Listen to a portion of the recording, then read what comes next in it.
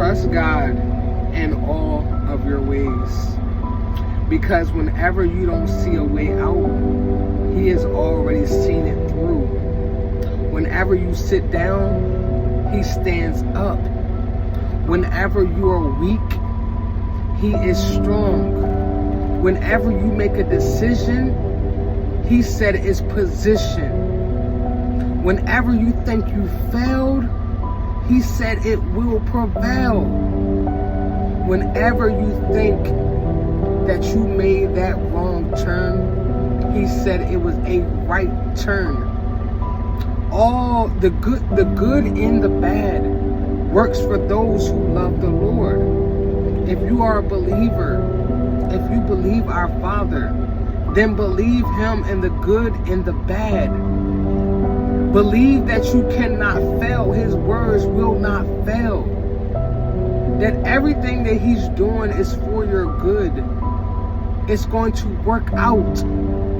It's going to help you, and it's going to help those around you.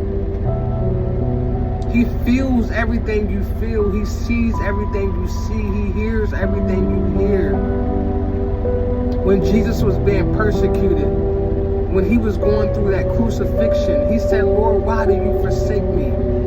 Because in that moment, everything that we feel in these bodies that is wrapped up in flesh, He felt.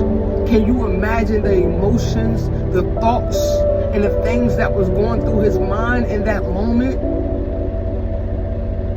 But God knew that all things was going to work out. And in the end, it worked out for the entire world. So whatever you're facing today, whatever you're feeling in the body, whatever emotions is trying to overtake you, whatever that's trying to keep you captive, you have to understand that this is God's story. His ways are not your ways. His understanding is not your understanding. We may not always see His story correctly. We may not always know what He's doing. But we have to believe and understand and trust and have hope that all things is going to work out. And what the enemy meant for evil, God meant it for good. So whatever seems like a bad situation, God has already found a way out.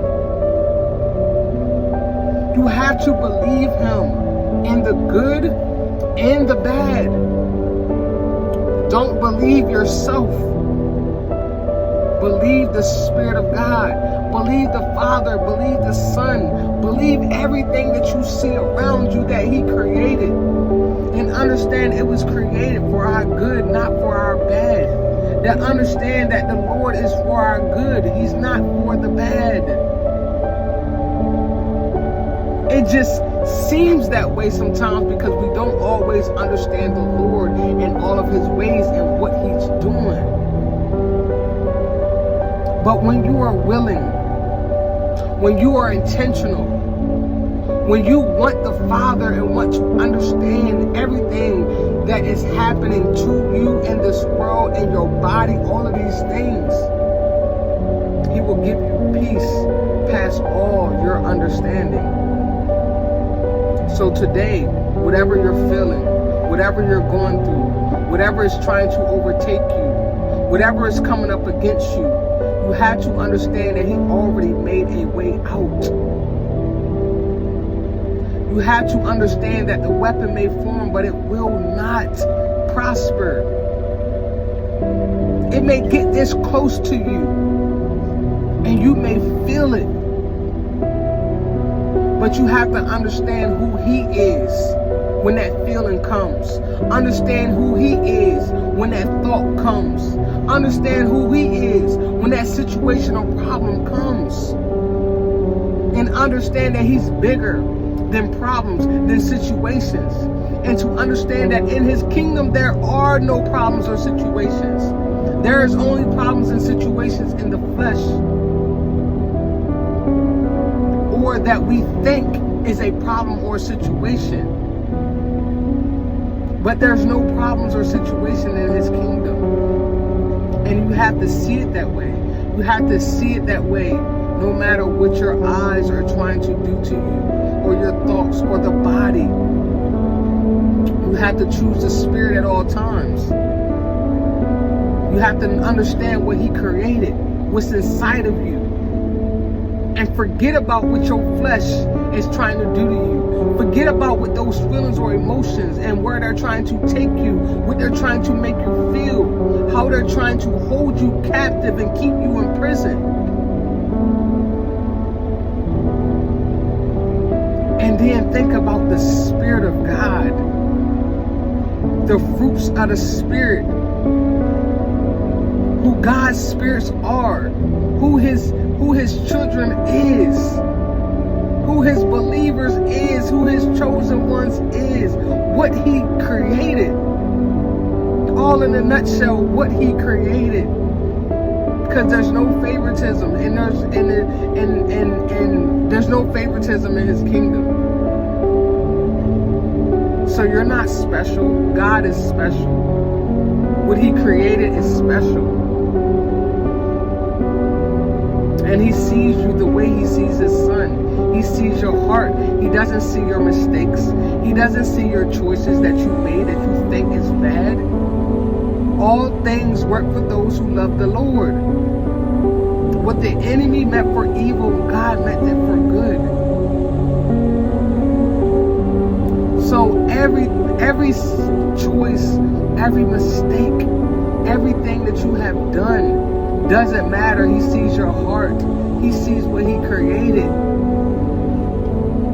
He sees his masterpiece. He sees the apple of his eye. He sees the love that he put inside of you and the love that is coming from him. Believe God. Don't believe your surroundings. Don't believe the world. Don't believe the flesh. The flesh is us. Remember that. The flesh is us. We have the flesh inside of us and we have the spirit inside of us. But all of it works for the good, not the bad. We have to be soldiers. We have to understand who's more powerful. We have to say, these thoughts don't matter, these feelings don't matter, but my Father matters, and what he's doing matters. What he has already done matters. What he has finished matters. His story matters. It's understand that you were built to overcome. You was built to endure this. You ain't new to this, you true to this. We overcoming these bodies. These bodies have nothing on the spirit. These bodies was created for the spirit. It was created for the Lord. It was created for his plans and his purpose. You're not a mistake. It's nothing that you're doing that can get him to turn his back. It's nothing that you can do to make him say, I don't want to use you. I don't want you. There's nothing you can do. He has already written your story. It was already finished. You have to understand what these bodies is for, who you are for, who your Father is. Nothing that you go through in the body, nothing that you experience on that level can stand against the spirit. Your job is to trust him every day, believe in him every day, put your trust and your hope in him every day.